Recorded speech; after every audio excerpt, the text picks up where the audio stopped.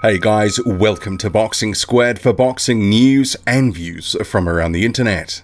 The prospect of an Anthony Joshua and Wladimir Klitschko rematch at Wembley, well, that's been hung out there again by Eddie Hearn, who has revealed that Klitschko wants to come back and that he sent a text to Anthony Joshua.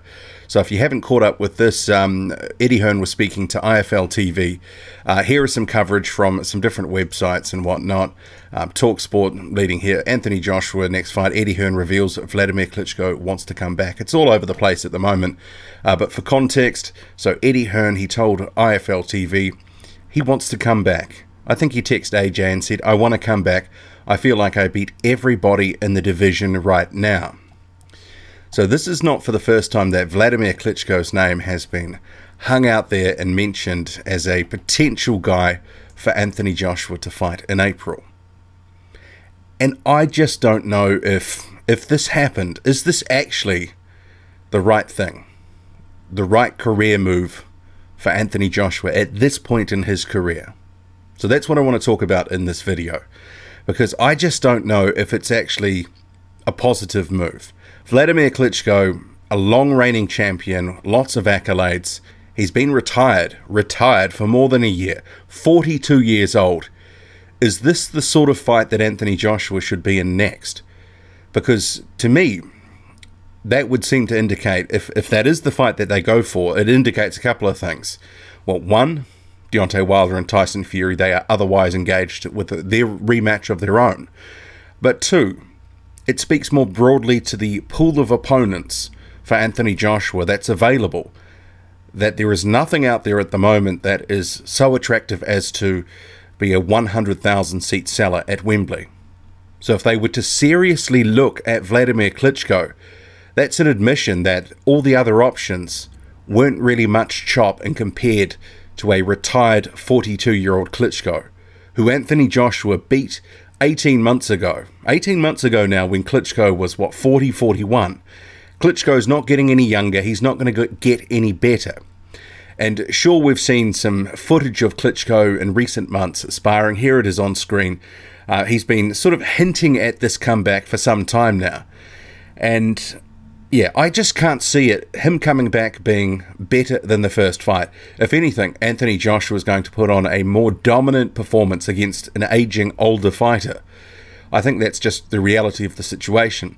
Wladimir Klitschko will want to come back to test himself because he's that sort of guy. He's driven to succeed, to perform.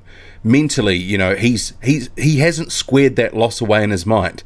And he's hinted so many times now in the past, 6 months or so, that he wants to come back. He's also spoken about wanting to potentially be the oldest heavyweight champion. And if we have a look at his statements in terms of, could Wladimir Klitschko beat, most of the guys in the division right now, even at 42 years old? Well, actually, he probably could beat a number of the contenders that are around, because at the end of the day, he's still a massive unit. He's got a good jab and he's got a good right hand. And he showed 18 months ago against Anthony Joshua there was still something in the tank and that he could still crack. He was able to put Joshua on the deck the first time Joshua had been down in his career. So I imagine from, what we've seen in recent months and the fact he's still been training, he's still been sparring. And some of that is more for, just keeping in shape, living the life, because that was his life.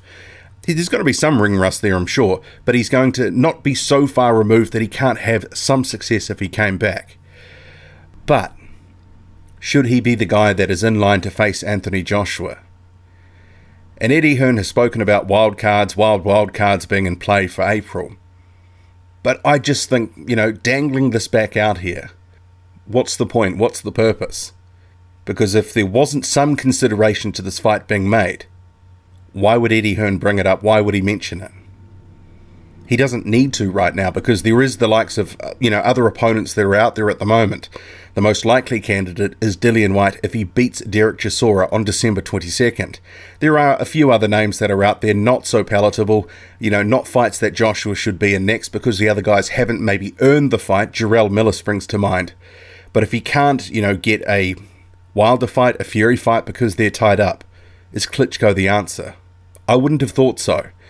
And certainly if he does go on to fight an aging Wladimir Klitschko again and beats him more comprehensively, really takes him out in emphatic fashion, well then so what? Does it really help his legacy? Does it really help his image? I mean, a lot of people will say that, you know, he beat an aging fighter who had already been beaten, coming off 2 losses in the past couple of years. Wladimir Klitschko hasn't actually won a fight since, what, 2015, 2014? He's, you know, 2 losses on the trot now. You know, when you start to look back at it like that, it doesn't actually sound as palatable. Sure, the first fight was a great occasion, but that felt like a passing of the torch event. But even if we look at the actual, is this even possible? The guy hasn't been in the ring for 18 months. It's 5 months out from fight night. He's not ranked by any sanctioning bodies. Is it even viable? Will one of the sanctioning bodies, if he announces his return, come behind him and give him a ranking to allow the fight to happen? Well, possibly. You know, stranger things have happened. Sanctioning bodies are a law unto themselves, and, you know, stranger things have happened in the world of boxing, especially where sanctioning bodies are concerned, especially when hefty sanctioning fees are on the line. They love to clip the ticket on the way through. But, yeah, I would have thought it was a stretch. If he really feels he can beat other contenders, well, go fight them. But it's been bandied back out there by Eddie Hearn as a potential option for Anthony Joshua.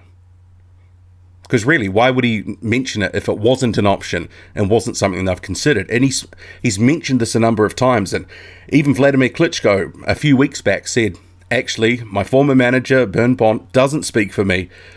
I'm interested in that fight. And I think they are probably gauging the levels of support. They're probably looking at the first fight going, can we get a repeat performance in terms of success financially? Because remember, boxing is a business at the end of the day.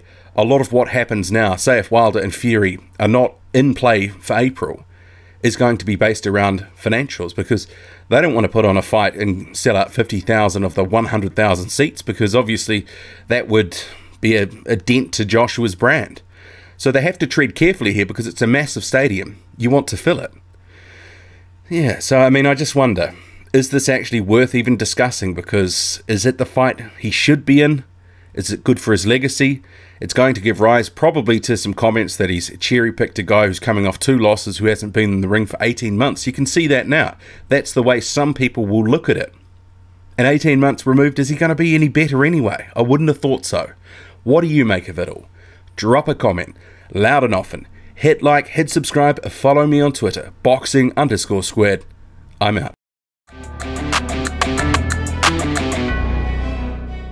If you want even more boxing content, come and join me on Patreon. Every week on a Sunday, I drop a new video on something topical or thought-provoking from the heavyweight division, ranging from rankings, the business of boxing, the false economy of deluded fanboys, the twists and turns in the division, to assessments of fighters and their statements. I hope to see you there, and for more information go to patreon.com/boxing squared. The address is on screen now.